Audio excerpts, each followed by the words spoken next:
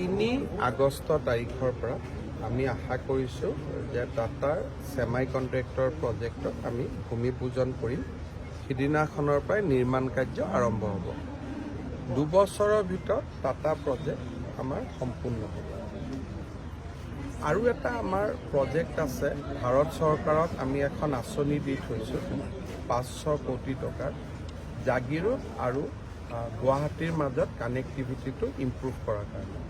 এতিয়া ইয়াত যিটো ৰিং ৰোড হ'ব, ৰিং ৰোডে এটা পৰ্যায়লৈকে আমাক কানেক্টিভিটি দিব, কিন্তু বাকী কানেক্টিভিটিখিনি আৰু সুন্দৰ কৰাৰ বাবে আৰু আন সুবিধা, ভাল ষ্টেডিয়াম, স্কুল, কলেজ এইবিলাকৰ কাৰণে আমি এখন 500 কোটি টকাৰ আঁচনি দি থৈ দিছোঁ। সেই আঁচনিখনৰ অনুমোদন হ'ব। জাগিৰোডত টাটা প্ৰজেক্টটো কেন্দ্ৰ কৰি বহুতখিনি সামাজিক ইনফ্ৰাষ্ট্ৰাকচাৰ ডেভেলপ হ'ব। লগে লগে আমি এইটো কথাও সচেতন, যিহেতু জাগিৰোডৰ আশে পাশে আমাৰ তিৱা জনজাতিৰ লোকসকল বসবাস কৰে, গতিকে আমি সম্প্ৰসাৰণটো এনেকৈও বিচৰা নাই যাতে জনজাতি লোকসকলৰ ক্ষতি হয়। কেতিয়াবা কি হয়, বহুত ভূঞে বাৱে কাম হ'লে মানুহৰ মাটিও হেৰাই যায়।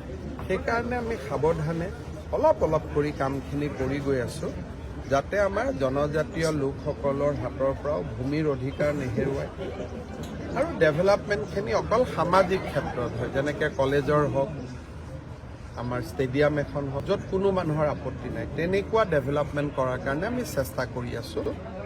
খুব একদম মহানগৰলৈকে আমি ৰাতিৰ ভিতৰতে ৰূপান্তৰ কৰিব খোজা নাই, যাতে মানুহৰ মাজত কোনো এটা ক্ষোভ থাকি নাযায়। প্ৰধানমন্ত্ৰী ডাঙৰীয়াই আধাৰশিলা স্থাপন কৰিছিল, এতিয়া ভূমি পূজন হ'ব, কামো আৰম্ভ হ'ব আৰু 30,000 কোটি টকাৰ এটা ইনভেষ্টমেণ্ট।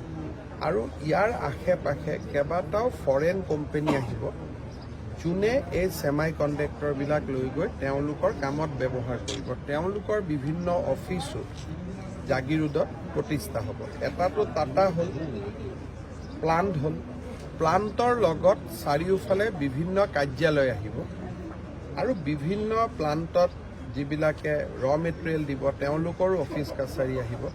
গতিকে টাটাক বাদ দিওঁ আৰু বহুতকেইটা প্ৰতিষ্ঠান আমাৰ জাগিৰোডৰ পেপাৰ মিল ক্ষেত্ৰত বহাৰ সম্ভাৱনা আছে।